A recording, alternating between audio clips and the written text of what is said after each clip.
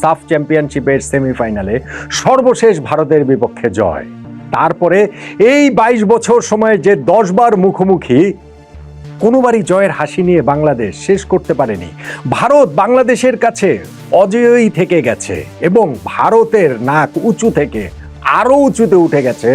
বাংলাদেশকে তারা আসলে প্রতিদ্বন্দ্বী হিসাবে গোনাতেই ধরছিল না। তাদের ওই পেশাদার ফুটবল লিগ, আইএসএল সবকিছু মিলিয়ে টিলিয়ে এমন একটা জায়গায় ভারত চলে গিয়েছিল যে বাংলাদেশের ফুটবলটা তাদের কাছে তুচ্ছাতি তুচ্ছ হয়ে উঠেছিল। কিন্তু আমরা অপেক্ষায় ছিলাম, আমরা 22 বছর ধরে অপেক্ষায় ছিলাম একজন রূপকথার নায়কের। সেই রূপকথার নায়ক হামজা চৌধুরী, সেই রূপকথার ডালিম কুমার হামজা চৌধুরীর স্পর্শেই বাংলাদেশের মৃতপ্রায় ফুটবলে আবার প্রাণ জেগেছে। আবারও আমরা ভারতকে চোখ রাঙানি দিতে পারছি, যেইটার এক ধরনের ইঙ্গিত দিয়ে রেখেছিলাম ভারতে অ্যাওয়ে ম্যাচে, যেই ম্যাচটা আমরা ভালো খেলে ড্র করে এসেছিলাম।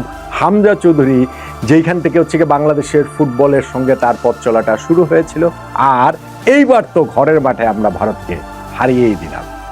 একজন হামজা চৌধুরী কিভাবেই না বাংলাদেশের গোটা ফুটবলটা বদলে দিচ্ছেন, কিন্তু যতটুকু হয়েছে এটাই কি যথেষ্ট?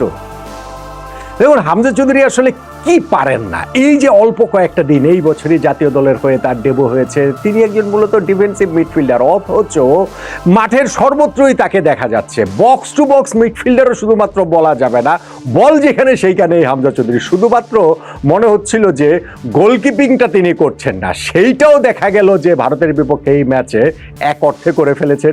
ওই যে প্রথমার্ধের ওই সময়টা যখন আমাদের গোলকিপার মিতুল বার্মা তার এরিয়া ছেড়ে বাইরে বেরিয়ে গিয়েছিলেন, ভারতের ফুটবলার ওইখান থেকে ফাঁকা বার পোস্টের দিকে শট নিয়েছিলেন, যেটা নিশ্চিত গোলের দিকে এগিয়ে যাচ্ছিল, এবং হামজা চৌধুরী ঝাঁপিয়ে পড়ে হাত দিয়ে না মাথা দিয়ে হেড করে সেই নিশ্চিত গোলটা তিনি বাঁচিয়ে দিলেন। অর্থাৎ হামজা চৌধুরী গোলকিপিংটাও পারেন।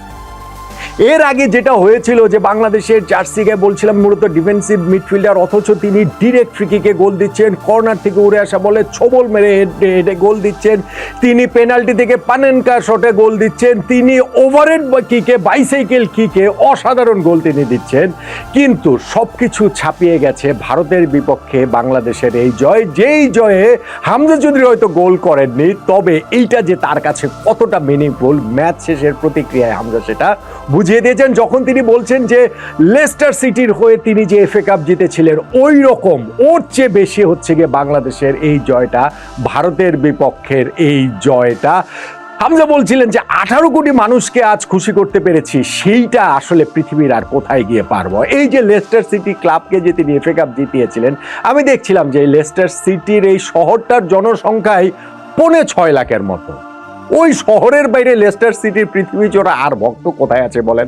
আর এই বাংলাদেশ জাতীয় দল, যেই দলটা দেশটাকে তার শেকড়ের টানে বেছে নিয়েছেন হামজা চৌধুরী, এবং সেইটা যে তিনি আসলে মনে প্রাণে ধারণ করেন, প্রতিটা মুহূর্তে সেইটা তিনি বুঝিয়ে দেন, সেইটা তিনি বাংলাদেশের পরাজয়ে বুঝিয়ে দেন, তার ওই প্রবল হতাশার ছবিতে আবার সেইটা তিনি জয়ও বুঝিয়ে দেন, যখন ভারতের বিপক্ষে এই জয়ের পরে তিনি বাংলাদেশের জাতীয় পতাকা গায়ে জড়িয়ে নিয়ে ওই রকম ভাবে সবার সঙ্গে উল্লাসে মেতে ওঠেন, দর্শকদের সঙ্গে সেলফি তোলেন, সতীর্থদের সঙ্গে সেই রকম ভাবে একটা উৎসবে রঙিন করে তোলেন ঢাকায় আমাদের জাতীয় স্টেডিয়ামের সেই ফুটবল মঞ্চটা। একজন হামজা চৌধুরী এসে বাংলাদেশের ফুটবলটাকে পুরোপুরি পাল্টে দিয়েছেন, এবং তার স্পর্শে এখন পৃথিবীর নানান দেশের আমাদের যারা এই ফুটবল প্রতিভারা রয়েছেন, ফুটবল রত্নগুলো যে রয়েছে, তারাও বাংলাদেশের জার্সিতে খেলার জন্য এখন কতটা উদ্গ্রীব, এবং এটা যে তাদের কাছেও কতটা মেইন করে। যে সমিত সোমের কথা, তাকে যে কেউ একজন বলেছিলাম কালকে, ওই যে কমেন্টিতে শুনছিলাম যে ভারতের বিপক্ষে জিততে হবে নো ম্যাটার হোয়াট। আমরা দেখছিলাম যে জায়েন আহমেদ ম্যাচ শেষে তিনি তার বাবার সঙ্গে গিয়ে গ্যালারিতে কিভাবে তাকে জড়িয়ে ধরে কাঁদছিলেন।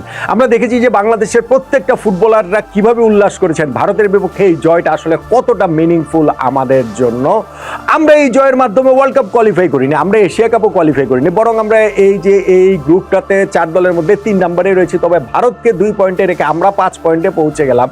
কিন্তু ভারতের বিপক্ষে এই যে 2003 সালে যেই সাফ চ্যাম্পিয়নশিপের সেমিফাইনালে জয়ের পর যে 10টা ম্যাচ বাংলাদেশ খেলেছে তার মধ্যে আমরা 4টা ম্যাচ হেরেছি, 6টা ম্যাচ ড্র করেছি, কিন্তু কোনো ম্যাচ যে জিততে পারিনি। অবশেষে যে ভারত আমাদের বুকের উপরে যে পাথর হয়ে চেপে বসেছিল সেই পাথরটা সরিয়ে ভারতকে যে আমরা হারাতে পারলাম, সেইটা বাংলাদেশ ফুটবলের জন্য অনেক অনেক অনেক বড় অর্জন নিঃসন্দেহে। সেইটা আমরা এশিয়া কাপ কোয়ালিফাই না করতে পারলেই বাকি, সেইটা আমরা ধরেন এই বছরে কেবলমাত্র দ্বিতীয় জয় পেলেই বা আসলে কি।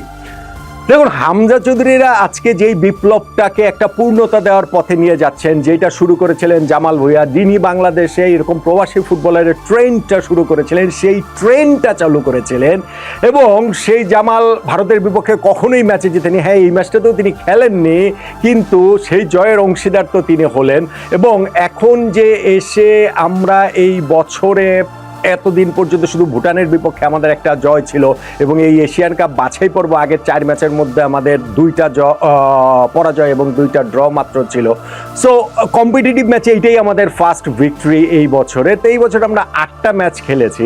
আমি যেটা বলছিলাম যে এই সবাই আমরা উল্লাস করছি, সবাই আমরা উচ্ছ্বাস করছি। আমাদের যুব ক্রীড়া মন্ত্রণালয় থেকে 2 কোটি টাকা পুরস্কার ঘোষণা